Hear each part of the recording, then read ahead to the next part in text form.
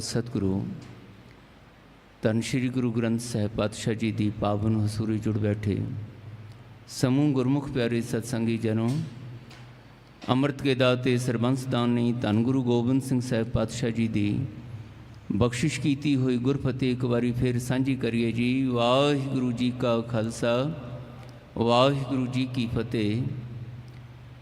अनंत बख्शिशां दे बख्शणहार धन गुरु गोबिंद सिंह साहिब महाराज की पावन चरण छो प्राप्त ये पवित्र अस्थान गुरुद्वारा नाडा साहिब विखे हाज़रियां भरते हैं। गुरु ग्रंथ साहिब महाराज जी की चल रही लड़ीवार शब्द विचार विच जो अमृत बचन गुरु सवारे भाई साहब जी ने सानू श्रवण कराया। चौथे पातशाह हजूर धन गुरु रामदास साहब महाराज जी के पावन मुखार बिन तो उचारण किया होया अते पंचम गुरुदेव धन गुरु अर्जन देव जी महाराज द्वारा श्री गुरु ग्रंथ साहिब विच आसा राग अंदर छंत काव रूप विच दर्ज है।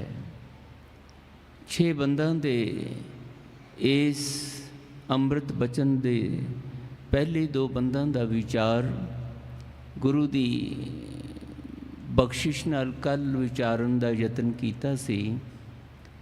अज अगले 2 पहरियां दा बंदियां दा विचार करन दा सतगुरु कोलों बल समत मंगीए।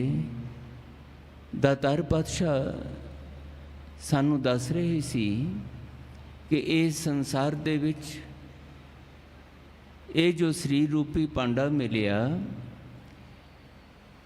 ये एक साधन है अपने जीवन नूं वाहिगुरु जी की बख्शिश का पात्र बना के वाहिगुरु जी दे नाल अपने सिरजनहार अपने दातार प्रतिपालक नाल मेल मिलाप बनाउण दा। जे ते इस शरीर रूपी भांडे की सुचज्जी वरतों करनी आ जाए तां ये बख्शिश वाहिगुरु मिलाप दी सानू प्राप्त हो जाती है। तो इस जीवन नू प्राप्त करन दा मकसद भी पूरा हो जाता है। इहदे विचों ही महाराज कहंदे फिर ये नतीजा निकलदा सफल सफल भई सफल यात्रा आवण जाण रहे मिले साधा।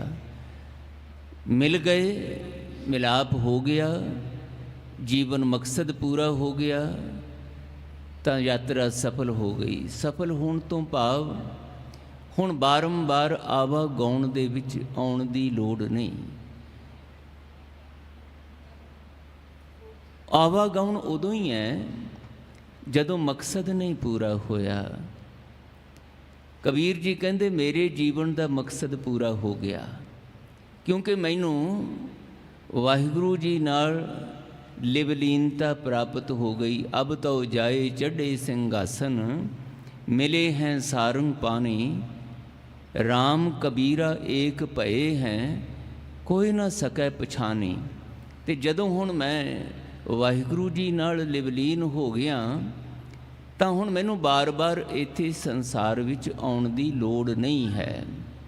बहुर हम काहे आवेंगे आवण जाना हुक्म तिसै का हुक्म बुझ समावेंगे। मैं करता पुरख वाहिगुरु जी दी रज़ा नूं वाहिगुरु जी दे हुक्म नूं समझ बुझ लिया केवल समझिया ही नहीं उहदे अनुसार अपने मन नूं अपनी बुद्धि नूं अपनी मत नूं अपने विचारां नूं कर्मां नूं उहदे अनुसार ढालण दी गुरु कोलों जाच भी सिख लई है। इस करके बख्शिश का दर खुल गया तो वाहिगुरु जी ने अपने नाल मिला लिया। तो हुण मिले होए दे लई मौत नहीं है मिले होए दे लई जम नहीं है मिले होए दे लई आवागौण नहीं। जिहड़ा मिल ही गया समुंदर विच बूंद समा गई उहनूं वख किवें कीता जाएगा। मौत दा देवता कहा जाण वाला यमराज किहनूं लैण आएगा। जिन्हों लैण आउणा वो तो समा गया लिवलीन हो गया। जदों पातशाह ये बचन करते ने जब हम होते तब तू नहीं, अब तू ही मैं नहीं, ਤਾਂ ਫਿਰ ਗੱਲ ਮੁੱਕ ਗਈ। ਕਿਹਨੂੰ ਲੈਣ ਆਏਗਾ ਕੋਈ? ਜਿਹਨੂੰ ਲੈਣ ਆਉਣਾ ਹੈ ਉਹ ਜਿਹਨੇ ਭੇਜਿਆ ਸੀ ਉਹਦੇ ਵਿੱਚ ਲਿਵਲੀਨ ਹੋ ਗਿਆ। ਮਹਾਰਾਜ ਕਹਿੰਦੇ ਇਹ ਸਾਰਿਆਂ ਨੂੰ ਅਵਸਥਾ ਪ੍ਰਾਪਤ ਕਰਨ ਦੀ ਸੰਭਾਵਨਾ ਹੈ। ਸਾਰੇ ਹੀ ਇਸ ਸੰਸਾਰ ਵਿੱਚ ਅਸੀਂ ਮਨੁੱਖ ਕਹਾਉਣ ਵਾਲੇ, ਭਾਵੇਂ ਇਸਤਰੀ ਰੂਪ ਭਾਂਡੇ ਵਿੱਚ ਹਾਂ, ਭਾਵੇਂ ਪੁਰਸ਼ ਰੂਪ ਭਾਂਡੇ ਵਿੱਚ ਹਾਂ, ਸਾਡਾ ਸਰੀਰ ਦਾ ਬਾਹਰੀ ਬਣਤਰ ਕਰਕੇ ਫਰਕ ਹੋ ਸਕਦਾ ਹੈ, ਅੰਦਰ ਦੀ ਜੋਤ ਦਾ ਫਰਕ ਨਹੀਂ ਹੈ। ਉਹ ਜੋਤ ਸਾਰਿਆਂ ਵਿੱਚ ਇਸਤਰੀ ਪੁਰਸ਼ ਵਾਲੇ ਵਖਰੇਵੇਂ ਤੋਂ ਵੱਖਰੀ ਇੱਕੋ ਰੂਪ ਵਿੱਚ ਹੈ। ਬਸ ਲੋੜ ਹੈ ਉਸ ਜੋਤ ਨਾਲ ਸਾਂਝ ਪਾਉਣ ਦੀ।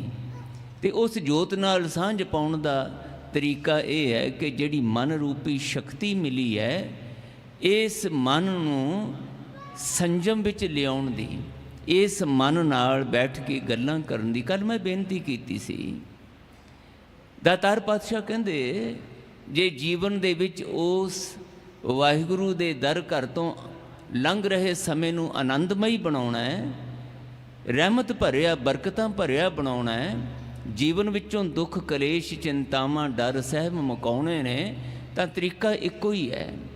ਇਸ ਮਨ ਨੂੰ ਸਮਝਾਓ, ਇਸ ਮਨ ਨੂੰ ਸੰਜਮ ਵਿੱਚ ਲਿਆਓ। ਇਸ ਮਨ ਦੇ ਅੰਦਰਲਾ ਜਿਹੜਾ ਚੰਚਲਤਾ ਵਾਲਾ ਬਾਹਰਲੇ ਰੰਗ ਤਮਾਸ਼ਿਆਂ ਵਿੱਚ, ਬਾਹਰਲੇ ਧਨ ਪਦਾਰਥਾਂ ਦੀ, ਬਾਹਰਲੀ ਵਾਹ-ਵਾਹ ਦੀ, ਮਾਣ ਅਪਮਾਨ ਦੀ ਦੌੜ ਦੇ ਵਿੱਚ ਲੱਗੇ ਰਹਿੰਦੇ ਹੋ, ਉਸ ਪਾਸੇ ਮਨ ਨੂੰ ਅਟਕਾ ਕੇ ਆਪਣੇ ਅੰਦਰ ਅੰਤਰਮੁਖੀ ਹੋ ਕੇ ਕੁਝ ਘੜੀਆਂ ਇਕਾਂਤ ਵਿੱਚ ਜੁੜਨ ਦੀ ਆਦਤ ਪਾਓ। ਇਹ ਆਪਣੀ ਰੋਜ਼ ਦੇ ਕੰਮਾਂ ਦੇ ਵਿੱਚ ਕੰਮ ਦੀ ਸ਼ਮੂਲੀਅਤ ਕਰੋ ਕਿ ਉੱਠਦਿਆਂ ਬੈਠਦਿਆਂ ਕਦੀ ਇਹ ਸਮਾਂ ਕੱਢਣਾ ਹੈ ਕਿ ਕੁਝ ਘੜੀਆਂ ਆਪਣੇ ਆਪ ਨਾਲ ਬੈਠ ਕੇ ਗੱਲਾਂ ਕੀਤੀਆਂ ਜਾਣ, ਆਪਣੇ ਮਨ ਨਾਲ ਗੱਲਾਂ ਕੀਤੀਆਂ ਜਾਣ, ਆਪਣੇ ਸਰੀਰ ਨਾਲ ਗੱਲਾਂ ਕੀਤੀਆਂ ਜਾਣ। ਇਹ ਸਰੀਰ ਦੇ ਕਰਮ ਇੰਦਰੀਆਂ, ਗਿਆਨ ਇੰਦਰੀਆਂ ਨਾਲ ਗੱਲਾਂ ਕੀਤੀਆਂ ਜਾਣ। ਭਲਿਓ ਕਾਹਦੇ ਵਾਸਤੇ ਤੁਸੀਂ ਮੈਨੂੰ ਮਿਲੇ? ਕੀ ਹੋ ਰਿਹਾ ਹੈ? ਕੀ ਕਰਨਾ ਚਾਹੀਦਾ ਹੈ, ਕੀ ਨਹੀਂ ਕਰਨਾ ਚਾਹੀਦਾ ਹੈ? ਮਹਾਰਾਜ ਕਹਿੰਦੇ ਆਦਤ ਪੈ ਗਈ ਸਾਨੂੰ ਸਾਰਿਆਂ ਨੂੰ, ਦੁਨੀਆ ਦੇ ਲੋਕਾਂ ਨੂੰ, ਦੁਨੀਆ ਵੱਲ ਦੇਖ ਕੇ ਜਿਉਣਾ, ਦੁਨੀਆ ਦੀ ਭੀੜ ਵਿੱਚ ਗੁਆਚਣਾ ਅਤੇ ਦੁਨੀਆ ਦੀ ਮਾਨ ਅਪਮਾਨ ਦੀ ਪਰਵਾਹ ਕਰਨੀ, ਦੂਜਿਆਂ ਨੂੰ ਦੇਖ ਕੇ ਆਪਣੇ ਜੀਵਨ ਨੂੰ ਢਾਲਣਾ। ਮਹਾਰਾਜ ਕਹਿੰਦੇ ਇਹ ਕੋਈ ਚੰਗੀ ਸਮਝ ਦੀ ਨਿਸ਼ਾਨੀ ਨਹੀਂ ਹੈ। ਤੁਸੀਂ ਗੁਰੂ ਦੇ ਕੋਲੋਂ ਆਪਣੇ ਮਨ ਨੂੰ ਸਮਝਾਉਣ ਦੀ, ਆਪਣੇ ਮਨ ਨੂੰ ਇੱਕ ਸੰਜਮ ਵਿੱਚ, ਇੱਕ ਤਰਤੀਬ ਵਿੱਚ ਲਿਆਉਣ ਦੀ, ਇੱਕ ਨਿਯਮ ਦੇ ਵਿੱਚ ਲਿਆਉਣ ਦੀ ਜਾਚ ਸਿੱਖੋ। ਦੇਖੋ ਗੁਰੂ ਪਿਆਰਿਓ, ਮੈਂ ਅਕਸਰ ਬੇਨਤੀ ਕਰਿਆ ਕਰਦਾ, ਆਹ ਪੇੜ ਪੌਦੇ ਨੇ ਹਰਿਆਵਲ ਦਿੰਦੇ ਹੈ, ਹਵਾ ਦਿੰਦੇ ਹੈ, ਆਕਸੀਜਨ ਦਿੰਦੇ ਹੈ, ਫੁੱਲ ਦਿੰਦੇ ਹੈ, ਫਲ ਦਿੰਦੇ ਹੈ, ਬਰਕਤਾਂ ਨੇ ਇਹਨਾਂ ਦੇ ਕਰਕੇ, ਜ਼ਿੰਦਗੀ ਦਾ ਆਧਾਰ ਨੇ ਇਹ ਪੇੜ ਪੌਦੇ। ਪਰ ਦੇਖੋ ਕੈਸੀ ਅਚਰਜ ਖੇਡ ਹੈ। ਇਹੀ ਪੇੜ ਪੌਦੇ ਜੇ ਜੰਗਲ ਵਿੱਚ ਹੋਣ ਤਾਂ ਸਾਨੂੰ ਸਾਰਿਆਂ ਨੂੰ ਪਤਾ ਹੈ ਜੰਗਲ ਵਿੱਚ ਜਾਣ ਤੋਂ ਅਸੀਂ ਘਬਰਾਉਂਦੇ ਹਾਂ, ਜੰਗਲ ਵਿੱਚ ਜਾਣ ਤੋਂ ਡਰਦੇ ਹਾਂ। ਕਾਰਨ ਕੀ ਹੈ? ਡਰ ਲੱਗਦਾ ਹੈ ਕਿ ਉੱਥੇ ਜੰਗਲੀ ਜਾਨਵਰ ਹੋਣਗੇ। ਜੇ ਉੱਥੇ ਇੱਕ ਵਾਰੀ ਅੰਦਰ ਚਲੇ ਗਏ, ਉੱਥੇ ਰਸਤਾ ਨਹੀਂ ਲੱਭਣਾ ਮੁੜ ਕੇ ਬਾਹਰ ਆਉਣ ਦਾ, ਕਿਤੇ ਗੁਆਚ ਜਾਵਾਂਗੇ, ਕੀ ਬਣੇਗਾ ਫਿਰ ਸਾਡਾ? ਹੁਣ ਪੇੜ ਪੌਦੇ ਤੇ ਉਹੋ ਹੀ ਨੇ ਨਾ, ਪਰ ਇਹੀ ਪੇੜ ਪੌਦੇ ਜੇ ਬਾਗ ਵਿੱਚ ਲਾਏ ਹੋਣ ਤਾਂ ਉੱਥੇ ਬਾਰ-ਬਾਰ ਜਾਣ ਨੂੰ ਜੀ ਕਰਦਾ ਹੈ। ਲੋਕੀ ਉੱਥੇ ਜਾ ਕੇ ਕਸਰਤ ਕਰਦੇ, ਉੱਥੇ ਜਾ ਕੇ ਬੈਠ ਕੇ ਹੱਸਦੇ ਖੇਡਦੇ ਆਪਣੇ ਜੀਵਨ ਨੂੰ ਮਨ ਕਰਕੇ ਵੀ, ਸਰੀਰ ਕਰਕੇ ਵੀ ਤਰੋ ਤਾਜ਼ਾ, ਤੰਦਰੁਸਤ ਬਣਾਉਣ ਦੇ ਲਈ ਯਤਨਸ਼ੀਲ ਹੁੰਦੇ। ਇਹ ਫਰਕ ਕਿਉਂ ਹੈ? ਜੰਗਲ ਵਿੱਚ ਜਾਣ ਤੋਂ ਅਸੀਂ ਝਿਜਕਦੇ ਕਿਉਂ ਆ, ਡਰਦੇ ਕਿਉਂ ਆ? ਬਾਗ ਵਿੱਚ ਜਾਣ ਦੀ ਇੱਛਾ ਕਿਉਂ ਆਉਂਦੀ ਹੈ ਬਾਰ-ਬਾਰ? ਬਸ ਇੰਨਾ ਕੀ ਫਰਕ ਹੈ। ਬਾਗ ਦੇ ਵਿੱਚ ਵੀ ਪੇੜ ਪੌਦੇ ਨੇ, ਜੰਗਲ ਵਿੱਚ ਵੀ ਪੇੜ ਪੌਦੇ ਨੇ, ਪਰ ਬਾਗ ਵਿੱਚ ਲੱਗੇ ਹੋਏ ਪੇੜ ਪੌਦਿਆਂ ਨੂੰ ਇੱਕ ਤਰਤੀਬ ਦਿੱਤੀ ਗਈ ਹੈ। ਉਹਨਾਂ ਵਿੱਚ ਇੱਕ ਖਾਸ ਕਿਸਮ ਦਾ ਸੰਜਮ ਹੈ, ਪ੍ਰਬੰਧ ਹੈ ਉਹਨਾਂ ਪੌਦਿਆਂ ਦਾ। ਉੱਥੇ ਮਾਲੀ ਮਨ ਮਰਜ਼ੀ ਨਾਲ ਕਿਸੇ ਪੇੜ ਪੌਦੇ ਨੂੰ, ਜੰਗਲੀ ਬੂਟੀ ਨੂੰ ਉੱਗਣ ਨਹੀਂ ਦਿੰਦਾ, ਸਾਫ਼ ਕਰਦਾ ਰਹਿੰਦਾ ਹੈ, ਬੂਟੀਆਂ ਦੀ ਕਾਂਟ ਛਾਂਟ ਕਰਦਾ ਰਹਿੰਦਾ ਹੈ। ਬਾਗ ਦੇ ਵਿੱਚ ਰਸਤੇ ਬਣੇ ਹੋਏ ਨੇ, ਬੈਠਣ ਨੂੰ ਥਾਂ ਹੈ, ਇੱਕ ਪਾਸਿਓਂ ਨਿਕਲ ਕੇ ਦੂਜੇ ਪਾਸੇ ਜਾਣ ਦਾ ਰਸਤਾ ਹੈ, ਪਤਾ ਹੈ। ਇਸ ਕਰਕੇ ਉੱਥੇ ਫੁੱਲ ਬੂਟੇ ਚੰਗੇ ਲੱਗਦੇ, ਉੱਥੇ ਪੰਛੀ ਚਹਿਚਹਾਉਂਦੇ ਚੰਗੇ ਲੱਗਦੇ, ਉੱਥੇ ਜੰਗਲੀ ਜਾਨਵਰਾਂ ਦਾ ਡਰ ਨਹੀਂ ਹੁੰਦਾ, ਕਿਸੇ ਨੁਕਸਾਨ ਦਾ ਡਰ ਨਹੀਂ ਹੁੰਦਾ। ਪਰ ਜੰਗਲ ਦੇ ਵਿੱਚ ਇਹ ਸਾਰੀਆਂ ਗੱਲਾਂ ਜੁੜੀਆਂ, ਕਾਰਨ ਉੱਥੇ ਬੇਤਰਤੀਬਾ ਹੈ। ਉੱਥੇ ਜਿਹੜਾ ਮਰਜ਼ੀ ਬੂਟਾ ਜਿੱਥੇ ਮਰਜ਼ੀ ਉੱਗਿਆ, ਕਿਸੇ ਨੇ ਰੋਕਣਾ ਨਹੀਂ, ਕਿਸੇ ਨੇ ਕੱਟਣਾ ਨਹੀਂ। ਜਿਹੜੀ ਜੰਗਲੀ ਬੂਟੀ ਮਰਜ਼ੀ ਆ ਜਾਏ ਉੱਥੇ, ਉਹ ਉੱਗੀ ਹੈ ਤੇ ਉੱਗੀ ਹੈ। ਇੱਕ ਦੂਜੇ ਦੇ ਨਾਲ ਖਹਿ ਰਹੇ ਨੇ ਫੁੱਲ ਬੂਟੇ, ਇਸ ਕਰਕੇ ਕੋਈ ਰਸਤਾ ਵੀ ਨਹੀਂ ਹੈ। ਇਸੇ ਕਰਕੇ ਉੱਥੇ ਜੰਗਲੀ ਜਾਨਵਰ ਹੋ ਗਏ, ਇਸੇ ਕਰਕੇ ਉੱਥੇ ਬਾਹਰ ਨਿਕਲਣ ਵਾਸਤੇ ਕੋਈ ਰਸਤੇ ਦੀ ਪਛਾਣ ਨਹੀਂ ਹੈ। ਇਸ ਕਰਕੇ ਜਾਣ ਤੋਂ ਸੰਕੋਚਦੇ ਹਾਂ, ਡਰ ਲੱਗਦਾ ਹੈ। ਬਸ ਗੁਰਦੇਵ ਕਹਿੰਦੇ ਇੰਨੀ ਕੁ ਗੱਲ ਆਪਣੇ ਜੀਵਨ ਬਾਰੇ ਜੇ ਸਮਝ ਲਓ ਤੇ ਤੁਹਾਡੇ ਜੀਵਨ ਦੇ ਵਿੱਚ ਵੀ ਉਹ ਬਖਸ਼ਿਸ਼ ਭਰੀ ਖੇਡ ਵਾਪਰ ਜਾਏਗੀ। ਮਨ ਹੈ ਸਾਡੇ ਕੋਲ ਫੁਰਨੇ ਵਿਚਾਰਾਂ ਦਾ, ਮਾੜੇ ਚੰਗੇ ਫੁਰਨਿਆਂ ਦਾ। ਇਹ ਬਹੁਤ ਤਾਕਤਵਰ ਵਾਹਿਗੁਰੂ ਵੱਲੋਂ ਮਿਲਿਆ ਹੋਇਆ ਸਾਨੂੰ ਤੋਹਫਾ ਹੈ। ਇਸ ਮਨ ਨੇ ਹੀ ਸਾਰੇ ਸਰੀਰ ਦੇ ਨਾਲ ਜੁੜੇ ਹੋਏ ਕਰਮ ਇੰਦਰੀ, ਗਿਆਨ ਇੰਦਰੀਆਂ ਨੂੰ ਚਲਾਉਣਾ ਹੁੰਦਾ ਹੈ। ਮਨ ਵਿੱਚ ਮਾੜੇ ਵਿਚਾਰ ਉੱਠਣ, ਮੈਂ ਕੱਲ ਬੇਨਤੀ ਕਰ ਰਿਹਾ ਸੀ, ਬੈਠੇ ਹਾਂ ਆਪਾਂ ਇਸ ਗੁਰ ਅਸਥਾਨ ਤੇ, ਇਹਦੇ ਨਾਲੋਂ ਮਹਾ ਪਵਿੱਤਰ ਅਸਥਾਨ, ਬਰਕਤਾਂ ਭਰਿਆ ਅਸਥਾਨ ਹੋਰ ਕੋਈ ਹੈ ਨਹੀਂ। ਅਸੀਂ ਆਪਣੇ ਜੀਵਨ ਦੇ ਰੁਝੇਵਿਆਂ ਵਿੱਚੋਂ ਸਮਾਂ ਕੱਢ ਕੇ ਮਨ ਦੀਆਂ ਉਹ ਇੱਛਾਵਾਂ ਜਿਹੜੀਆਂ ਸਾਡੀ ਸਮਝ ਸਮਰੱਥਾ ਨਾਲ ਨਹੀਂ ਪੂਰੀਆਂ ਹੋਈਆਂ, ਉਹ ਇੱਥੇ ਆ ਕੇ ਇਸ ਭਾਵਨਾ ਨਾਲ ਝੋਲੀ ਅੱਡਦੇ ਹਾਂ ਕਿ ਮਹਾਰਾਜ ਦੇ ਕੋਲੋਂ ਮੰਗਾਂਗੇ, ਦਾਤਾਰ ਪਾਤਸ਼ਾਹ ਐਸੀ ਸਮਝ ਵੀ ਦੇ ਦਿਓ, ਐਸੀ ਸਮਰੱਥਾ ਵੀ ਦੇ ਦਿਓ, ਐਸੀ ਕਿਰਪਾ ਵੀ ਕਰ ਦਿਓ ਕਿ ਸਾਡਾ ਜੀਵਨ ਦੁੱਖਾਂ ਚਿੰਤਾਵਾਂ ਤੋਂ ਰਹਿਤ ਹੋ ਕੇ ਆਨੰਦ ਦੇ ਵਿੱਚ ਗੁਜ਼ਾਰਨ ਦੇ ਸਮਰੱਥ ਹੋ ਜਾਏ। ਐਸੀ ਬਖਸ਼ਿਸ਼ ਲੈਣ ਇੱਥੇ ਆਉਨੇ ਆ। ਤੇ ਇੱਥੇ ਜਿੰਨੇ ਬੈਠੇ ਨੇ ਉਹ ਸਾਰੇ ਹੀ ਗੁਰੂ ਦੇ ਇਸ ਪਿਆਰ ਨੂੰ, ਇਸ ਬਖਸ਼ਿਸ਼ ਨੂੰ ਝੋਲੀ ਪਵਾਉਣ ਵਾਸਤੇ ਇੱਕੋ ਜਿਹੀ ਬਿਰਤੀ ਨਾਲ ਆਏ ਨੇ। ਇਸ ਕਰਕੇ ਮਹਾਰਾਜ ਕਹਿੰਦੇ ਇਹ ਜਿੰਨੇ ਬੈਠੇ ਨੇ ਮੇਰੇ ਨਾਲੋਂ ਇਹ ਸਾਰੇ ਚੰਗੇ, ਤੇ ਮੈਂ ਤੇ ਇਹਨਾਂ ਦੀ ਚਰਨ ਧੂੜ ਮੰਗਦਾ ਤਾਂ ਕਿ ਇਹਨਾਂ ਵਾਂਗ ਗੁਰੂ ਦੇ ਨੇੜੇ ਨੇੜੇ ਹੋ ਕੇ ਗੁਰੂ ਦੀ ਸੰਗਤ ਕਰਦਿਆਂ ਗੁਰੂ ਦੀ ਬਖਸ਼ਿਸ਼ ਝੋਲੀ ਪਵਾ ਸਕਾਂ। ਇਸ ਕਰਕੇ ਮਹਾਰਾਜ ਕਹਿੰਦੇ ਗੁਰਸਿੱਖਾਂ ਕੀ ਹਰ ਧੂੜ ਦੇ, ਹਮ ਪਾਪੀ ਭੀ ਗਤ ਪਾਹੇ। ਇਹ ਸਾਰੇ ਚੰਗੇ ਨੇ ਜਿੰਨੇ ਬੈਠੇ, ਪਰ ਜੇ ਮੇਰੀ ਬਿਰਤੀ ਇੱਥੇ ਆਉਂਦਿਆਂ ਮੈਲੀ ਹੋ ਗਈ, ਸੰਸਾਰਕ ਹੋ ਗਈ, ਮੈਂ ਮੱਥਾ ਟੇਕਣ ਲੱਗਿਆ, ਕੁਝ ਭੇਟਾ ਚੜਾਉਣ ਲੱਗਿਆ ਵੀ ਇਹ ਖਿਆਲ ਕੀਤਾ ਕਿ ਮੇਰਾ ਇਹ ਦਿੱਤਾ ਹੋਇਆ ਇੱਥੇ ਭੇਟਾ ਕੀਤਾ ਹੋਇਆ ਕੋਈ ਦੇਖਦਾ ਕਿ ਨਹੀਂ ਦੇਖਦਾ, ਮੇਰੇ ਨਾਮ ਦੀ ਚਰਚਾ ਹੋ ਰਹੀ ਕਿ ਨਹੀਂ ਹੋ ਰਹੀ। ਇਹ ਜਿੰਨੇ ਬੈਠੇ ਨੇ ਇਹ ਕੌਣ ਨੇ? ਮੇਰੇ ਧੜੇ ਦਾ, ਮੇਰੀ ਧਿਰ ਦਾ, ਮੇਰੀ ਜ਼ਾਤ ਪਾਤ ਦਾ, ਕੌਣ ਅਮੀਰ ਕੌਣ ਗਰੀਬ, ਕਿਹੜਾ ਮੇਰਾ ਦੁਸ਼ਮਣ ਬੈਠਾ ਹੈ ਇੱਥੇ, ਕਿਹੜਾ ਮੇਰਾ ਮਿੱਤਰ ਬੈਠਾ ਹੈ। ਇਹ ਸੋਹਣੇ ਸਰੀਰ ਬੈਠੇ ਨੇ, ਉਹਨਾਂ ਨੂੰ ਦੇਖ ਕੇ ਜੇ ਮੈਂ ਵਿਚਲਿਤ ਹੋ ਜਾਣਾ ਤਾਂ ਫਿਰ ਇੱਥੇ ਆਉਣਾ ਨਿਫਲ ਹੋ ਗਿਆ। ਜਿਹੜੀ ਬਖਸ਼ਿਸ਼ ਗੁਰੂ ਕੋਲੋਂ ਝੋਲੀ ਪਵਾਉਣੀ ਸੀ ਸੁਮਤ ਦੀ, ਬ੍ਰਹਮ ਗਿਆਨਤਾ ਦੀ, ਵਾਹਿਗੁਰੂ ਦੇ ਨਾਮ ਸਿਮਰਨ ਦੀ, ਉਹ ਤੋਂ ਵਾਂਝਾ ਰਹਿ ਗਿਆ। ਉਹਦੇ ਕਰਕੇ ਹੀ ਜੀਵਨ ਵਿੱਚ ਜਿਹੜਾ ਆਨੰਦ ਲੈਣ ਆਇਆ ਸੀ ਉਹ ਆਨੰਦਮਈ ਨਤੀਜੇ ਤੋਂ ਵੀ ਵਾਂਝਾ ਹੋ ਗਿਆ। ਕਾਰਨ ਕੀ ਹੋਇਆ? ਇੱਥੇ ਆ ਕੇ ਆਪਣੇ ਮਨ ਨੂੰ ਸੰਜਮ ਵਿੱਚ ਨਹੀਂ ਰੱਖ ਸਕਿਆ। ਬੇਤਰਤੀਬਾ ਹੋ ਗਿਆ, ਬੇਨਿਯਮਾ ਹੋ ਗਿਆ, ਬੇਮਰਿਆਦਤ ਹੋ ਗਿਆ। ਤੇ ਇਹੀ ਹਾਲਤ ਜਿਵੇਂ ਜੰਗਲ ਵਿੱਚ ਬੇਤਰਤੀਬੇ ਲੱਗੇ ਹੋਏ ਪੇੜ ਪੌਦੇ ਸਾਨੂੰ ਡਰਾਉਂਦੇ ਹੈ, ਪਰ ਬਾਗ ਵਿੱਚ ਲੱਗੇ ਹੋਏ ਪੇੜ ਪੌਦੇ ਸਾਨੂੰ ਆਨੰਦ ਦਿੰਦੇ ਹੈ, ਸੰਤੁਸ਼ਟੀ ਦਿੰਦੇ ਹੈ, ਤੰਦਰੁਸਤੀ ਦਿੰਦੇ ਹੈ।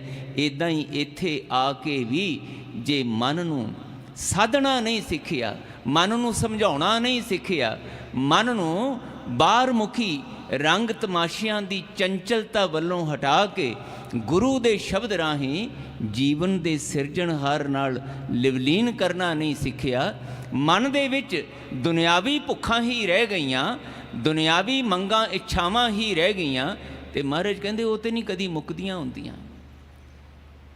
ਕਿਉਂਕਿ ਉਹ ਮੰਗਾਂ ਜਿਹੜੀਆਂ ਨੇ ਕੇਵਲ ਤੁਹਾਡੀ ਲੋੜ ਵਿੱਚੋਂ ਹੀ ਨਹੀਂ ਨਿਕਲਦੀਆਂ।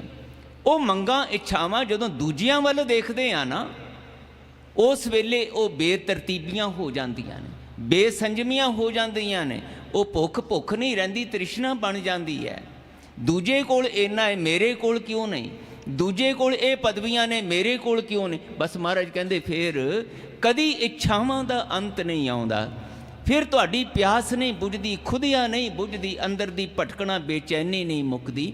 ਪਰ ਜੇ ਇੱਥੇ ਆ ਕੇ ਗੁਰੂ ਦੇ ਸ਼ਬਦ ਰਾਹੀਂ ਮਨ ਨੂੰ ਸਮਝਾਉਣਾ ਆ ਜਾਏ ਤਾਂ ਦਾਤਾਰ ਪਾਤਸ਼ਾਹ ਸਮਝਾਉਂਦੇ ਆ, ਗੁਰੂ ਰਾਮਦਾਸ ਸਾਹਿਬ ਮਹਾਰਾਜ, ਫਿਰ ਤੁਹਾਨੂੰ ਦੁਨਿਆਵੀ ਭੁੱਖਾਂ ਨਹੀਂ ਸਤਾਉਣਗੀਆਂ, ਫਿਰ ਤੁਹਾਡੇ ਅੰਦਰ ਇੱਕ ਵੱਖਰੇ ਕਿਸਮ ਦਾ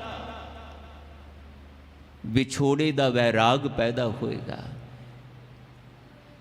ਤੁਹਾਡੇ ਅੰਦਰ ਫਿਰ ਇੱਕ ਹੋਰ ਕਿਸਮ ਦੀ ਚਿੰਤਾ ਪੈਦਾ ਹੋਏਗੀ। ਉਹ ਚਿੰਤਾ ਇਹ ਕਿ ਵਾਹਿਗੁਰੂ ਜੀ ਤੁਹਾਡੇ ਕੋਲੋਂ ਆ ਕੇ ਮੈਂ ਦਾਤਾਂ ਹੀ ਮੰਗਦਾ ਰਿਹਾ, ਕਦੀ ਤੁਹਾਨੂੰ ਤੇ ਮੰਗਿਆ ਹੀ ਨਹੀਂ। ਦੁਨਿਆਵੀ ਪਦਾਰਥਾਂ ਨਾਲ ਹੀ ਸਾਂਝ ਪਾਉਂਦਾ ਰਿਹਾ, ਤੁਹਾਡੇ ਨਾਲ ਤੇ ਕਦੀ ਸਾਂਝ ਪਾਉਣ ਦੀ ਮਨ ਵਿੱਚ ਪਿਆਸ ਹੀ ਨਹੀਂ ਜਾਗੀ। ਸਮਾਂ ਜ਼ਿੰਦਗੀ ਦਾ ਲੰਘ ਰਿਹਾ, ਇੱਕ ਇੱਕ ਕਰਕੇ ਬਚਪਨ, ਫਿਰ ਜਵਾਨੀ, ਫਿਰ ਬੁਢਾਪਾ, ਤੇ ਫਿਰ ਸਰੀਰ ਜਰਜਰਾ, ਤੇ ਫਿਰ ਮੌਤ ਦਾ ਸਾਹਮਣਾ। ਮੈਨੂੰ ਪਤਾ ਹੀ ਨਹੀਂ ਲੱਗਿਆ ਕਦੋਂ ਜ਼ਿੰਦਗੀ ਦਾ ਇੰਨਾ ਸਮਾਂ ਗੁਜ਼ਰ ਗਿਆ। ਦਾਤਾਰ ਪਾਤਸ਼ਾਹ ਕਹਿੰਦੇ ਬਸ ਮੈਂ ਤੁਹਾਨੂੰ ਇਹੀ ਆਪਣੇ ਕੋਲ ਬਿਠਾ ਕੇ ਸਮਝਾਉਣਾ ਚਾਹੁੰਦਾ। ਇਹ ਬਚਨ ਕਰ ਰਹੇ ਸੀ ਭਾਈ ਸਾਹਿਬ, ਸੁਣ ਹਰ ਕਥਾ ਉਤਾਰੀ ਮੈਲ। ਮੈਲ ਕੀ ਹੈ? ਇਹ ਮਾੜੇ ਵਿਚਾਰਾਂ ਦੀ ਮੈਲ, ਤੇ ਮਾੜੇ ਵਿਚਾਰਾਂ ਵਿੱਚੋਂ ਨਿਕਲੇ ਹੋਏ ਮਾੜੇ ਕਰਮਾਂ ਦੀ ਮੈਲ। ਮਾੜੇ ਕਰਮਾਂ ਨੇ ਜਦੋਂ ਬਾਰ-ਬਾਰ ਸਾਡੇ ਕੋਲੋਂ ਉਹੋ ਹੀ ਕਰਮ ਹੁੰਦੇ ਰਹੇ, ਫਿਰ ਉਹ ਸਾਡਾ ਸੁਭਾਅ ਬਣਾਤਾ, ਸਾਡੀ ਆਦਤ ਬਣ ਗਈ। ਅਸੀਂ ਉਸੇ ਤਰੀਕੇ ਨਾਲ ਹੀ ਸੋਚਣਾ ਪਕਾ ਲਿਆ। ਹੁਣ ਸਾਨੂੰ ਉਸ ਨਸ਼ੇੜੀ ਵਾਂਗ, ਜਿਹੜਾ ਨਸ਼ੇੜੀ ਪਹਿਲੇ ਦਿਨ ਨਸ਼ੇੜੀਆਂ ਦੀ ਸੰਗਤ ਕਰਦਾ, ਉਹਨੂੰ ਨਸ਼ਾ ਕੌੜਾ ਲੱਗਦਾ, ਉਹਨੂੰ ਨਸ਼ਾ ਝੁਣਝੁਣੀ ਦਵਾਉਂਦਾ। ਪਰ ਇੱਕ ਵਾਰੀ, ਦੋ ਵਾਰੀ, ਤਿੰਨ ਵਾਰੀ, ਚਾਰ ਵਾਰੀ ਜਦੋਂ ਉਹ ਬਾਰ-ਬਾਰ ਨਸ਼ਾ ਕਰਨ ਲੱਗ ਜਾਂਦਾ ਹੈ, ਵਰਤਣ ਲੱਗ ਜਾਂਦਾ ਹੈ, ਉਹਦੀ ਝਿਜਕ ਵੀ ਮੁੱਕ ਜਾਂਦੀ ਹੈ, ਫਿਰ ਉਹਨੂੰ ਨਸ਼ਾ ਉੱਦਾਂ ਦਾ ਕੌੜਾ ਵੀ ਨਹੀਂ ਲੱਗਦਾ। ਫਿਰ ਹਾਲਤ ਇਹ ਹੁੰਦੀ ਹੈ ਭਈ ਜਿਹੜਾ ਨਸ਼ਾ ਲੈਣ ਤੋਂ ਪਹਿਲੇ ਦਿਨ ਸੰਕੋਚ ਹੁੰਦਾ ਪਿਆ ਸੀ, ਝੁਣਝੁਣੀ ਆਉਂਦੀ ਸੀ, ਉਹ ਨਸ਼ਾ ਆਦਤ ਬਣ ਜਾਂਦਾ ਹੈ। ਹੁਣ ਉਹ ਨਸ਼ਾ ਛੁੱਟ ਨਹੀਂ ਸਕਦਾ, ਸਰੀਰ ਛੁੱਟ ਜਾਂਦਾ ਹੈ, ਸਰੀਰ ਜਰਜਰਾ ਹੋ ਜਾਂਦਾ ਹੈ, ਸਰੀਰ ਮੁੱਕ ਜਾਂਦਾ ਹੈ, ਆਦਤ ਨਹੀਂ ਮੁੱਕਦੀ। ਬਸ ਮਹਾਰਾਜ ਕਹਿੰਦੇ ਇਹੋ ਹੀ ਗੱਲ ਮੈਂ ਤੁਹਾਨੂੰ ਇੱਥੇ ਬੈਠ ਕੇ ਸਮਝਾਉਣੀ ਹੈ। ਮੈਲਾਪਣ ਜਿਹੜਾ ਹੈ ਉਹ ਮਨ ਦਾ ਹੈ। ਸਰੀਰ ਦੀ ਮੈਲ ਤੇ ਗੁਰੂਦੇਵ ਕਹਿੰਦੇ ਤੁਸੀਂ ਧੋ ਲੈਂਦੇ ਹੋ।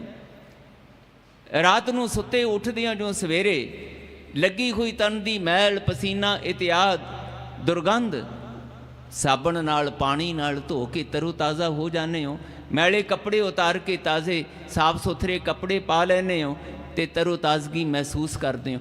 ਪਰ ਜਿਹੜੀ ਅੰਦਰ ਮਨ ਦੀ ਮੈਲ ਹੈ, ਜਿਹੜੀ ਤੁਹਾਡੇ ਅੰਦਰ ਕਾਮ ਨੇ ਬੇਸੰਜਮਾਪਣ ਰੂਪ ਧਾਰਨ ਕਰ ਲਿਆ, ਕ੍ਰੋਧ ਨੇ ਤੁਹਾਡੇ ਜੀਵਨ ਨੂੰ, ਤੁਹਾਡੇ ਵਿਚਾਰਾਂ ਨੂੰ, ਤੁਹਾਡੇ ਸੁਭਾਅ ਨੂੰ ਬੇਸੰਜਮਾ ਕਰਤਾ। ਦੁਨੀਆ ਸਮਝਾਉਂਦੀ ਹੈ, ਸਾਥੀ ਸਮਝਾਉਂਦੇ ਨੇ, ਚੱਲ ਛੱਡ ਪਰੇ, ਨਾ ਕਰਿਆ ਕਰ ਗੁੱਸਾ, ਬਹੁਤਾ ਗੁੱਸਾ ਚੰਗਾ ਨਹੀਂ ਹੁੰਦਾ, ਦੇਖ ਕੀ ਬਣ ਗਿਆ। ਤੇ ਅਸੀਂ ਕੀ ਕਹਿੰਦੇ ਹਾਂ, ਤੂੰ ਹਟ ਜਾ ਪਰੇ ਜਰਾ, ਮੈਨੂੰ ਅੱਜ ਕਰ ਲੈਣ ਦੇ ਦੋ ਹੱਥ, ਅੱਜ ਮੈਨੂੰ ਦੱਸ ਲੈਣ ਦੇ ਮੈਂ ਕੌਣ ਹਾਂ। ਉਹ ਬੇਸੰਜਮਾਪਣ ਫਿਰ ਨਮੋਸ਼ੀ ਭਰੇ, ਸ਼ਰਮਿੰਦਗੀ ਭਰੇ ਨਤੀਜੇ ਸਾਹਮਣੇ ਲਿਆਉਂਦਾ। तो फिर असीं पछताउने आ, फिर कहने नहीं मैं चाहुंदा ते सी नहीं, पर पता नहीं आ गया गुस्सा मैनूं, मैं चाहुंदा ते नहीं सीगा। फिर शर्मिंदगी, फिर पछतावा। कुछ चिर लई संकोच की गल कीती, पर बनी हुई आदत, बनया होया सुभाव फिर क्रोध करने लई मजबूर कर दिंदा, फिर हंकार करने लई मजबूर कर दिंदा। बस महाराज कहंदे इहो ही आदतां दा बनया होया सुभाव तुहानूं मजबूर करदा है वो सारियां गल्लां करन तो, वो सारियां गल्लां सोचण तो ਜਿਹੜੀਆਂ ਤੁਹਾਡੇ अंतशकरण नूं मैला करदियां होया ਤੁਹਾਡੇ जीवन नूं बेतरतीबा बेसंजमा करदियां, ते फिर ਉਹਦੇ ਵਿੱਚੋਂ अपने आप तो ही डर आउण लग जाता है। मैं कल भी बेनती कर रहा सी कि सानू साडा ही जीवन सब तो चंगा प्यारा लगता है, पर असी अपने आप तो ही उकताउने आ, अपने इकल पुणे दे विचों असी आनंद नहीं लभ सकते। भगतां ते संसारियां दा महाराज कहंदे इहो ही फर्क हुंदा है। भगत एकांत लभदा है क्योंकि उन्होंने एकांत विच अपने आप नाल वाहिगुरू जी नाल गल्लां करन दा समा बनदा है। संसारी जिहड़ा है ना उन्होंने ये जाच नहीं है, उन्होंने ये भेद नहीं पता, इस करके वो संसारियां नाल मेल मिलाप बना के संसारियां नाल गप शप मार के गल्लां करके संतुष्टि लभदा है। वो अपना समा कल्लियां बतीत नहीं कर पाउंदा। भगत अपने उस समय नूं बतीत नहीं करता, वो सफला करता है। सफला इस तरह करता है कि उस वेले उन्होंने गल्लां करन दी अपने मन नाल भी, अपने कर्म इंद्रियां नाल भी, अपने ज्ञान इंद्रियां नाल भी गल करन दी सुभागी अवस्था घड़ी नसीब हुंदी है। दुनिया दे कम धंधियां विच गुआचिया बंदा कदों इस पासे वल ध्यान दिंदा है, पर जदों किते थोड़ी जी एकांत मिल जाए तो फिर कम धंधियां विच भी अपने आप नाल गल्लां करन दी, अपने आप दे प्रति सुचेत होण दी अवस्था बन सकती है। महाराज कहंदे इस करके मैं कहना अपने आप नाल कुछ समा बैठिया करो, एकांत विच बैठिया करो। जे घर दे विच भी बैठदे हो, दुनियादारी दीयां गल्लां करदे हो, घर दे विच ਜਿਹੜੀਆਂ ਲੋੜਾਂ ਥੋੜਾਂ ने ਉਹਦੀਆਂ गल्लां करदे हो, रिश्तेदारां दीयां गल्लां करदे हो, पति पत्नी बैठदे, भैन भरा बैठदे, पुत्र धीआं बैठदे, दुनियावी पक्ष तो गल्लां करदे हो, करो, पर किते सतसंगी रिश्ता बना के जिसने ये रिश्ते बख्शे है, ये संबंध बनाए है, उन्हां नाल भी गल्लां करन दी, उहदे बारे भी गल्लां करन दी अपने घर विच आदत पाओ। तो ये आदत उदों ही पैनी है जदों पहलां अपने आप नाल गल्लां करन दी ते फिर अपने सिरजणहार नाल गल्लां करन दी जाच आवेगी। नहीं तो फिर दुनियावी भुखां तंग करदियां रहणगियां, दुनियावी प्यास इच्छावां वो उठदियां रहणगियां। महाराज कहंदे मनमुख ते गुरमुख विच यही फर्क है। मनमुख जिहड़ा है संसार वाल बिरतियां रख के, संसार वाल ध्यान रख के, संसारक रंग तमाशियां विच ही अपने मन नूं उलझाई रखदा है। इसे करके महाराज ने उहदे वास्ते मनमुख लफ्ज़ वरते है।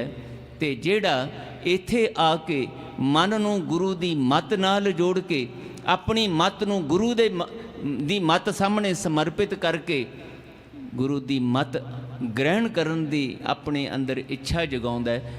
महाराज कहंदे एक दिन आउंदा है वो गुरमुख बनदियां होइयां जो कुछ गुरु कोल है, जो गुरु नूं वाहिगुरू कोलों मिलिया, वो गुरु कोलों अपनी झोली पवा लैंदा है।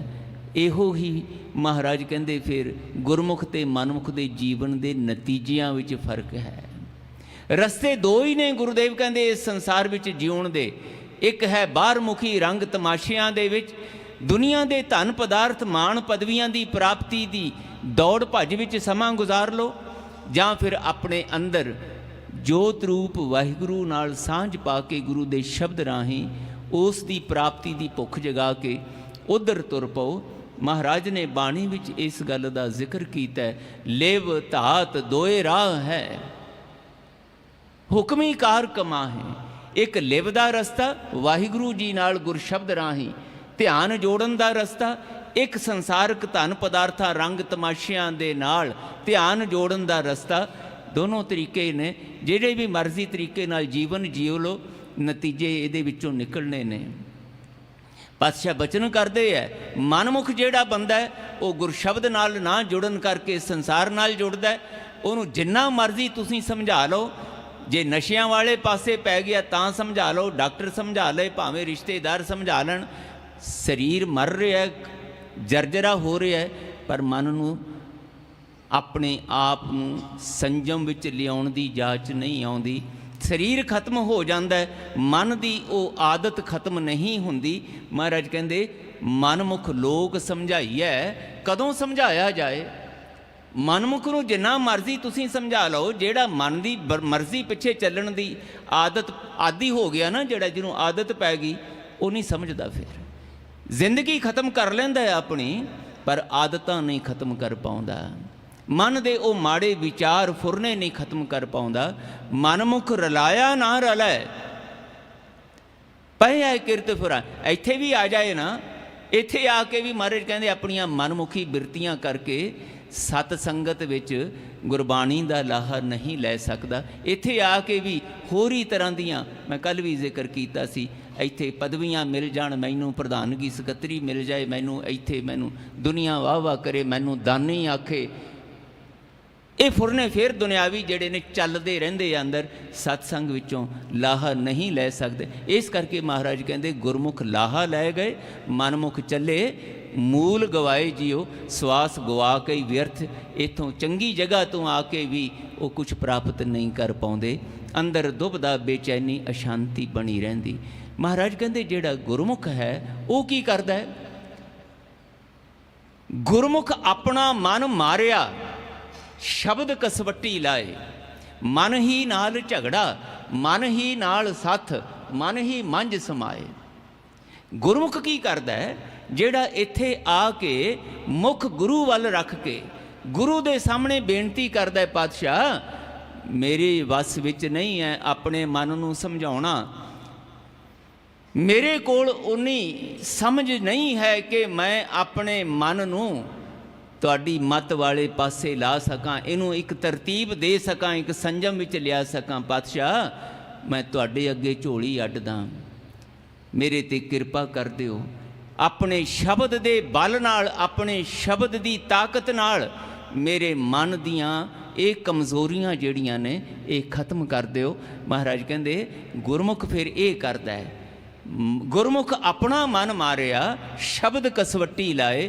ਉਹ ਗੁਰੂ ਦੇ ਸ਼ਬਦ ਰਾਹੀਂ ਉਹਨੂੰ ਆਧਾਰ ਬਣਾ ਕੇ ਰੋਜ਼ ਗੱਲਾਂ ਕਰਦਾ ਹੈ। ਇਹ ਮਨ ਮੇਰਿਆ ਤੂੰ ਸਦਾ ਰਹੋ ਹਰ ਨਾਲੇ, ਇਹ ਮਨ ਪਿਆਰਿਆ ਤੂੰ ਸਦਾ ਸੱਚ ਸੰਭਾਲੇ, ਇਹ ਮਨ ਚੰਚਲਾ ਚਤੁਰਾਈ ਕਿਨੇ ਨਾ ਪਾਇਆ। ਇੱਦਾਂ ਗੁਰੂ ਦੇ ਸ਼ਬਦ ਰਾਹੀਂ ਆਪਣੇ ਮਨ ਨੂੰ ਰੋਜ਼ ਸਮਝਾਉਂਦਾ। ਸਮਝਾਉਂਦਿਆਂ ਮਹਾਰਾਜ ਕਹਿੰਦੇ ਇੱਕ ਦਿਨ ਆਉਂਦਾ ਹੈ ਜਦੋਂ ਦੁਨਿਆਵੀ ਭੁੱਖਾਂ ਜਿਹੜੀਆਂ ਨੇ ਉਹ ਪਿੱਛੇ ਰਹਿ ਜਾਂਦੀਆਂ ਨੇ, ਗੁਰੂ ਦੇ ਸ਼ਬਦ ਰਾਹੀਂ ਵਾਹਿਗੁਰੂ ਦੇ ਮਿਲਾਪ ਦੀ ਭੁੱਖ ਅੰਦਰ ਜਾਗ ਜਾਂਦੀ ਹੈ।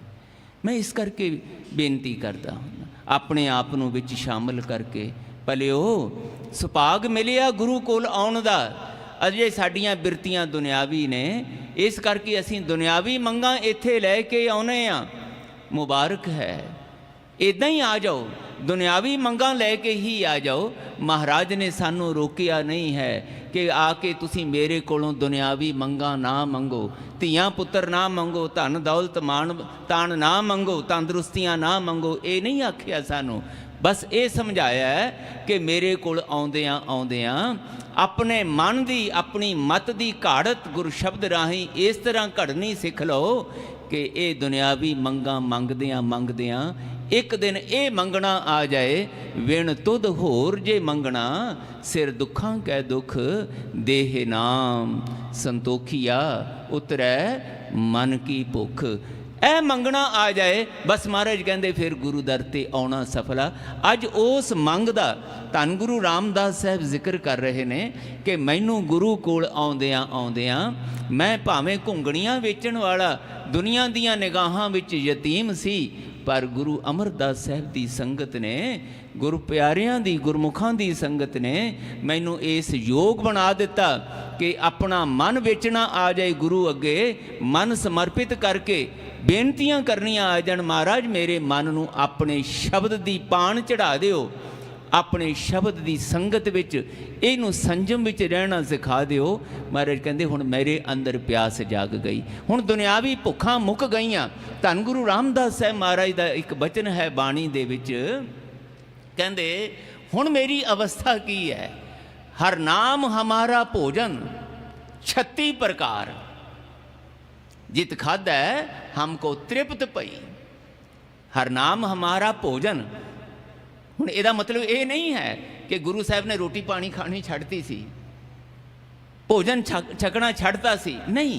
शरीर की लोड़ अपनी जगह ते कुदरती चलती है, पर महाराज कहते हुण मेरे मन नूं भुख जिहड़ी लगी है ना, वो वाहिगुरू जी दे नाम दी लग गई, ते हुण मैनूं नाम मिल जाए, रुखा भोजन भी मिल जाए, मैनूं मंजूर है। हुण मैनूं दुनिया के 36 प्रकार के स्वादले भोजनां दी तृष्णा नहीं रही।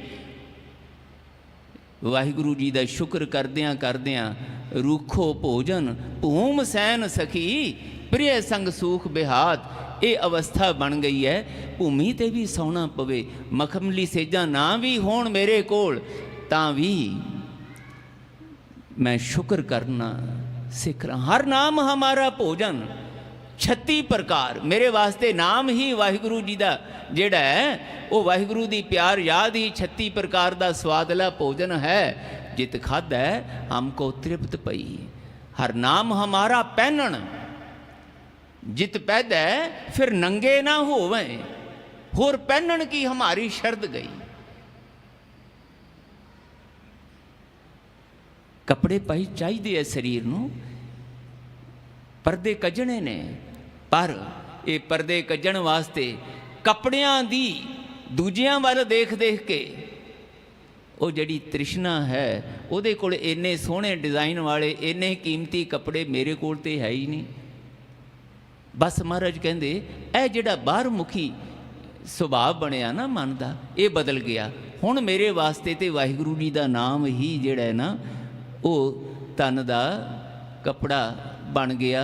भाव हुण मैं कपड़ियां वाली सोच दुनिया नूं देख के उधर नहीं, तन नूं ढकना, शरीर नूं कुल्ली गुल्ली जुल्ली दी लोड़ है, ये कुदरती लोड़, पर दूजियां दियां महल माड़ियां देख के मेरे कोल नहीं है हौके लैणे, ये बिरती खत्म हो गई। मेरे वाहिगुरू जी ने जो दिता है उहदे विच वाहिगुरू जी तुहाडा शुक्र है, तुहाडा शुक्र है, तुहाडा शुक्र है, ये बिरती आ गई। गुरु रामदास साहब अज उसे बिरती का जिक्र करते कहते, फिर रते अड़े मैंडे लोएण मेरे प्यारे, चातरिक बूंद जिमें।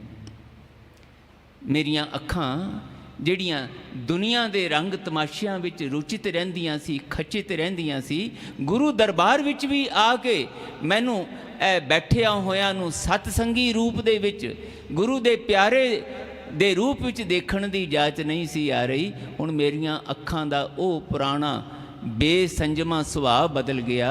हुण मेरे ये लोएण मेरियां अखां अपने वाहिगुरू जी दे दर्शनां दी तांग विच रतियां होईयां। उदां महाराज प्रमाण दे के समझाउंदे, चातरिक बूंद जिमें, जिमें चातरिक पपीहा पंछी जिहड़ा है वो पानी दियां बूंदां गिर रहीआं ने बारिश दे रूप विच, पर वो बूंदां वल नहीं देख रहा, वो पियो पियो कर रहा है, चुंझ नूं उपर करके उड़ीक रहा है कि स्वांती बूंद कदों आएगी। वो स्वांती बूंद जिहड़ी उहदे अंदर जाके उस दी प्यास नूं बुझाउण दे समर्थ होवेगी, साधन बनेगी, वो बूंद कदों आ रही है, वो उड़ीकदी है। विचारवाना ने ऐसा आखिया है सानू समझाउण वास्ते कि पपीहा एक पंछी है जिस दे गर्दन विच एक छेक है, चुंझ तो थले।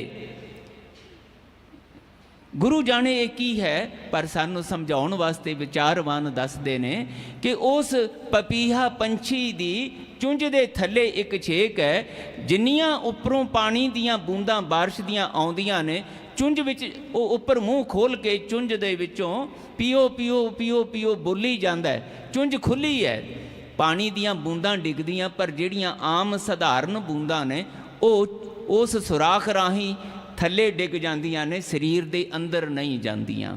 ਪਰ ਜਦੋਂ ਸਵੰਤੀ ਨਕਸ਼ਤਰ ਦੇ ਵਿੱਚ ਉਹ ਬੂੰਦ ਆਉਂਦੀ ਹੈ, ਉਹ ਫਿਰ ਅੰਦਰ ਚਲੀ ਜਾਂਦੀ ਹੈ, ਉਹ ਬਾਹਰ ਨਹੀਂ ਡਿੱਗਦੀ। ਉਸ ਬੂੰਦ ਦੀ ਸਮਰੱਥਾ ਤੇ ਚੁੰਝ ਫਿਰ ਉਸ ਪਾਣੀ ਦੀ ਸਵੰਤੀ ਬੂੰਦ ਨੂੰ ਅੰਦਰ ਲੈ ਕੇ ਜਦੋਂ ਸਰੀਰ ਵਿੱਚ ਪ੍ਰਵੇਸ਼ ਕਰਾਉਂਦੀ ਹੈ ਤਾਂ ਫਿਰ ਪਿਆਸ ਬੁੱਝ ਜਾਂਦੀ ਹੈ।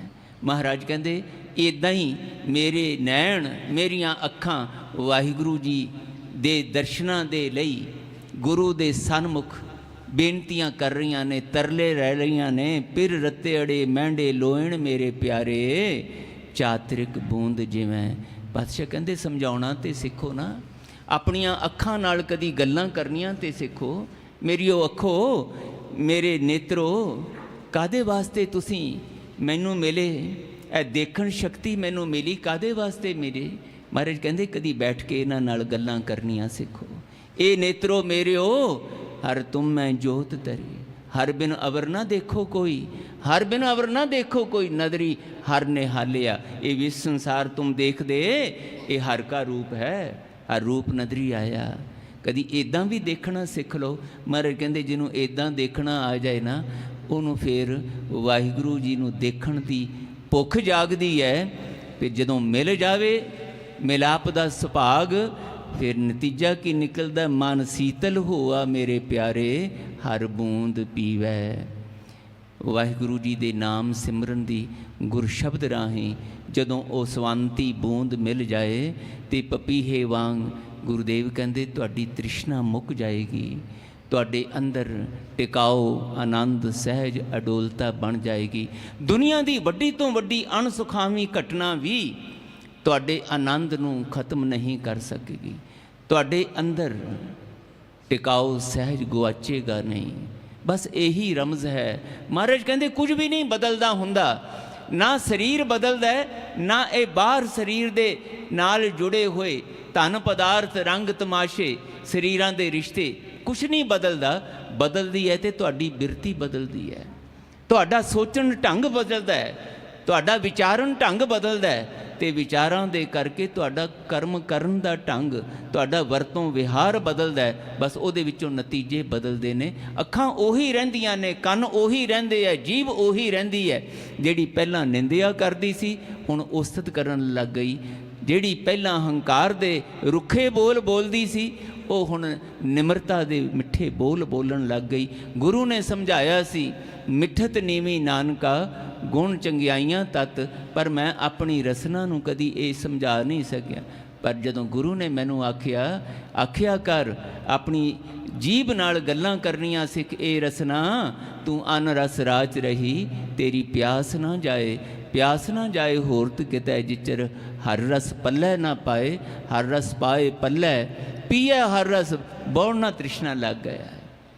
ਇਹ ਹਰ ਰਸ ਕਰਮੀ ਪਾਈ ਹੈ, ਸਤਿਗੁਰ ਮਿਲੇ ਜਿਸ ਹੈ। ਇਹ ਕਰਮ ਬਖਸ਼ਿਸ਼ ਹੈ।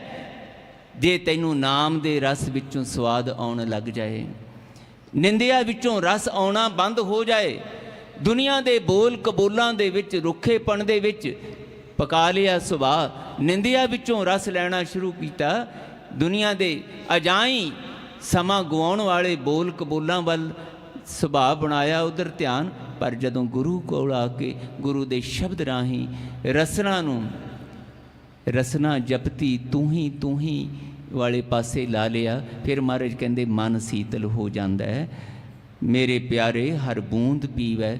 ਵਾਹਿਗੁਰੂ ਦੇ ਨਾਮ ਸਿਮਰਨ ਦੀ ਸਿਫਤ ਸਲਾਹ ਦੀ ਬੂੰਦ ਛਕ ਕੇ ਅੰਦਰ ਸੀਤਲਤਾ ਆਉਂਦੀ, ਤਨ ਬਿਰਹੋਂ ਜਗਾਵੈ ਮੇਰੇ ਪਿਆਰੇ, ਨੀਂਦ ਨਾ ਪਵੈ ਕਿਵੇਂ। ਪਾਤਸ਼ਾਹ ਕਹਿੰਦੇ ਦੇਖੋ ਕਦੀ ਆਪਣੇ ਆਪ ਦੀ ਪੜਚੋਲ ਕਰਕੇ। ਪੜ੍ਹ ਤੇ ਮੈਂ ਵੀ ਲਿਆ, ਪੜ੍ਹ ਤੁਸੀਂ ਵੀ ਲਿਆ। ਮੇਰਾ ਮਨ ਲੋਚੈ ਗੁਰਦਰਸ਼ਨ ਤਾਈ, ਬਿਲਪ ਕਰੇ ਚਾਤਰਿਕ ਕੀ ਨਿਆਈ, ਤ੍ਰਿਖਾ ਨਾ ਉਤਰੈ ਸ਼ਾਂਤ ਨਾ ਆਵੈ, ਬਿਨ ਦਰਸ਼ਨ ਸੰਤ ਪਿਆਰੇ। ਕਦੀ ਲੱਗਿਆ ਇੱਦਾਂ? ਕਦੀ ਨਾਮ ਨਾਲੋਂ ਟੁੱਟ ਕੇ, ਗੁਰੂ ਦੀ ਬਾਣੀ ਨਾਲੋਂ ਟੁੱਟ ਕੇ ਅੰਦਰ ਟੁੱਟਿਆ ਮਹਿਸੂਸ ਹੋਇਆ? ਕਦੀ ਬੇਚੈਨੀ ਮਹਿਸੂਸ ਹੋਈ ਕਿ ਅੱਜ ਮੇਰੇ ਕੋਲ ਜਪਜੀ ਸਾਹਿਬ रस नाल पढ़िया नहीं गया। अज सौण लग्गियां वाहिगुरू जी का शुक्र करने वास्ते प्यार नाल सोहला साहिब पढ़ लिया। गुरु घर विच आके कीर्तन मैं कीता, कथा गुरु ने करवा लई, सुन लिया कीर्तन। कुछ इत्थे आके भेटावां भी चढ़ाइयां, कुछ इत्थे समां भी बतीत कीता। पर ये सारा कुछ करदिआं किते शुक्र करन दी, गुरु दे शब्द नूं कमाउण दी बिरती आई। बस महाराज कहंदे बेचैन हो जाना चाहिए तुहाडा मन कि अज जपजी साहिब पढ़न दा आनंद नहीं बनिया, अज एकाग्रता नहीं आई, अज उठन नूं जी नहीं कीता, अज बाणी पढ़न नूं आलस आया मेरे मन विच। पातशाह कहंदे नींदां मुक जाणियां चाहीदियां ने, तन बिरहों जगावे। मेरे तन विच वाहिगुरू जी दे विछोड़े दा जिहड़ा वैराग है वो मैनू सौण नहीं दे रहा। नींद ना पवै कि मैनू नींद नहीं आ रही। हर सज्जण लद्दा मेरे प्यारे, नानक गुरु लिवै। पर जदों तुसीं बेनतियां करदिआं महाराज कहंदे जोदड़ियां करदिआं झोली अड्डोगे, एक दिन आवेगा गुरु दे शब्द नाल लिव लगेगी। तो गुरु दे शब्द नाल लिव लगदिआं अंदरों ही वो जिहड़ा सब तो ज़्यादा अपनिਆਂ तो भी अपना मित्र है वाहिगुरू, वो लभ जाएगा, उहदे नाल सांझ पै जाएगी। चढ़ चेत बसंत मेरे प्यारे, भलीए रुत्ते। मिसाल दे के समझाउंदे फर्क कित्थे पैंदा मनो अवस्था दा। कहंदे चेत दा महीना आउंदा है, बसंत आउंदी है, सारे पासे हरियावल, फुल, खुशबूआं, पंछियां दी चहचहाट, सब कुछ है। कहंदे बसंत आ गई, खेड़ा आ गया। पर पातशाह मेरे अंदर ते बेचैनी बनी हुई है, मेरे अंदर ते विछोड़े दा वैराग, ये बाहरला जिहड़ा बसंत दा दृश्य है खुशियां देण वाला मैनू प्रभावित नहीं कर रहा। क्योंकि मेरे कोल फिर बजड़ियों मेरे प्यारे, आंगन धूड़ लुत्ते। पातशाह वाहिगुरू जी दे बिना, कंत दी याद तो बिना अंदर वो विकारी बिरतियां दी धूड़ ते उठी जा रही है। मैल ते उदां ही है, ते बेचैन ते मैल करदी है ना गुरु प्यारिओ। मैं बेनती करया करदा, देखिए ज़रा, कपड़े मैले हो गए, शरीर मैला होया, बाहरों आया काम काज तो, अंदर कोई मित्र प्यारा आके बैठा है घर विच, असीं उहनूं देख के खुश होने आ, फतेह सांझी करके जीव आया कह के आखदे आ बैठो थोड़ा चिर, मैं ज़रा फ्रैश हो के आ जावां, कपड़े बदले आवां, मूँह हत्थ धोया आवां। क्योंकि मैले शरीर नाल, मैले कपड़ियां नाल अपने नूं, अपने प्यारे नूं गलवकड़ी विच लैना भी तो गिलानी आउंदी है ना। मैले कपड़ियां नाल की मिलां अपने मित्र प्यारे नूं। जदों फ्रैश हो के आ जाने फिर गलवकड़ियां विच रहने आ। इदां ही महाराज कहंदे मन दी मैल वाहिगुरू जी मित्र प्यारे नाल गलवकड़ियां नहीं पाउण दिंदी, सांझ नहीं पाउण दिंदी, प्यार दा रिश्ता नहीं बनाउण दिंदी। दातार पातशाह कहंदे फिर बज अड़ियों मेरे प्यारे, आंगन धूड़ लुत्ते, हिरदे रूपी वेड़ा जिहड़ा है वो ते धूड़ नाल भरिया पिया। इनू उतारन वास्ते मन आस उडीनी मेरे प्यारे, दोए नैन जुत्ते।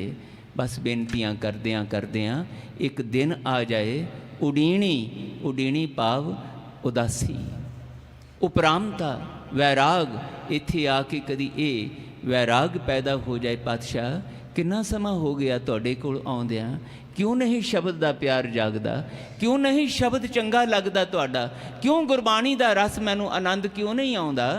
ते जे इत्थे थोड़ा कीर्तन सुनदिआं आनंद आउंदा भी है, बाहर जाके फिर दुनिया दी भीड़ विच गुआच जांदा है। पातशाह जी ओ किते ऐसा मेरे ते ये रहमत दा पाल बख्शिश कर दिओ कि बाहर जाके भी उठदिआं बैठदिआं सौंदिआं जागदिआं काम काज करदिआं, भावें रसोई विच, भावें दफ्तर विच, भावें खेतां विच, भावें किते होर, महाराज तुहाडा शब्द ना भुल्ले, तुहाडा सिमरन ना भुल्ले, तुहाडा चेता ना भुल्ले। मन आस उडीनी मेरे प्यारे, दोए नैन जुत्ते। दुनिया नूं देखदिआं देखदिआं दुनिया दे विचों वाहिगुरू जी तुहानूं देखना आ जाए, मेरे नैन जुड़े रहन, जुड़े होए। एक दिन इन्हां नैणां दे राहीं ਤੁਹਾਡੇ ਦਰਸ਼ਨਾਂ ਦੀ ਝਲਕ ਮਿਲ ਜਾਏ ਇਸ ਸੰਸਾਰ ਵਿੱਚੋਂ, ਉਡੀਣੀ ਇਹ ਉਦਾਸੀ, ਇਹ ਉਪਰਾਮਤਾ ਮੇਰੇ ਮਨ ਵਿੱਚ। ਤੇ ਆਸ ਹੈ ਹੁਣ, ਦੁਨੀਆ ਦੀਆਂ ਆਸਾਂ ਪਿੱਛੇ ਰਹਿ ਗਈਆਂ, ਇੱਕ ਆਸ ਪਾਤਸ਼ਾਹ ਇੱਕ ਘੜੀ ਨਾ ਮਿਲਤੇ ਤਾਂ ਕਲਯੁਗ ਹੋਤਾ, ਹੁਣ ਕਦ ਮਿਲੀ ਹੈ, ਹੁਣ ਕਦ ਮਿਲੀ ਹੈ, ਹੁਣ ਕਦ ਮਿਲੀ ਹੈ, ਪ੍ਰਿਯ ਤੁਧ ਭਗਵੰਤਾ। ਮੋਹਿ ਰਹਿਣ ਨਾ ਵਿਹਾਵੈ, ਨੀਂਦ ਨਾ ਆਵੈ, ਬਿਨ ਦੇਖੇ ਗੁਰੂ ਦਰਬਾਰੇ ਜੀਓ। ਇਹ ਆਸ ਅੰਦਰ ਪੈਦਾ ਹੋ ਜਾਏ ਤਾਂ ਦਾਤਾਰ ਪਾਤਸ਼ਾਹ ਕਹਿੰਦੇ ਮੈਂ ਆਪਣਾ ਅਨੁਭਵ ਤੁਹਾਨੂੰ ਦੱਸਦਾ ਕੀ ਬਖਸ਼ਿਸ਼ ਹੁੰਦੀ ਹੈ। ਗੁਰੂ ਨਾਨਕ ਦੇਖ ਵਿਗਸੀ ਮੇਰੇ ਪਿਆਰੇ, ਜਿਉ ਮਾਤ ਸੁੱਤੇ। ਉਹ ਸੁਲੱਖਣਾ ਪਲ ਆ ਜਾਂਦਾ ਹੈ, ਉਡੀਕਦਿਆਂ ਉਡੀਕਦਿਆਂ, ਆਸ ਕਰਦਿਆਂ ਕਰਦਿਆਂ, ਜਦੋਂ ਗੁਰੂ ਨਾਨਕ ਦੇ ਦਰ ਘਰ ਤੋਂ ਗੁਰੂ ਦੇ ਬਖਸ਼ਿਸ਼ ਕੀਤੇ ਹੋਏ ਇਸ ਸ਼ਬਦ ਰਾਹੀਂ ਅੰਦਰ ਇੱਦਾਂ ਦਾ ਖਿੜਾਓ ਆ ਜਾਂਦਾ ਹੈ, ਜਿੱਦਾਂ ਦਾ ਖਿੜਾਓ, ਜਿੱਦਾਂ ਦੀ ਖੁਸ਼ੀ ਮਾਂ ਨੂੰ ਆਪਣੇ ਪੁੱਤਰ ਦੇਖ ਕੇ, ਆਪਣੀ ਔਲਾਦ ਨੂੰ ਦੇਖ ਕੇ ਮਿਲਦੀ ਹੈ ਨਾ ਖੁਸ਼ੀ, ਉਹਦੀ ਮਮਤਾ ਉਛਲ ਉਛਲ ਪੈਂਦੀ ਹੈ। ਸਦਕੇ ਸਦਕੇ ਹੋਣ ਨੂੰ, ਬਲਿਹਾਰ ਜਾਣ ਨੂੰ, ਉਹਦਾ ਦੁੱਖ ਆਪਣਾ ਬਣਾ ਲੈਣ ਨੂੰ, ਉਹਦੀ ਖੁਸ਼ੀ ਦੇ ਵਿੱਚ ਆਪਣੀ ਖੁਸ਼ੀ ਮਹਿਸੂਸ ਕਰਨ ਨੂੰ ਮਾਂ ਆਪਣੇ ਲਈ ਸੁਭਾਗ ਸਮਝਦੀ ਹੈ। ਇੱਦਾਂ ਹੀ ਮਹਾਰਾਜ ਕਹਿੰਦੇ ਗੁਰੂ ਦਰ 'ਤੇ ਆਉਣ ਵਾਲਾ ਸਿੱਖ ਸੇਵਕ ਬਣ ਕੇ ਜਦੋਂ ਝੋਲੀਆਂ ਅੱਡ ਕੇ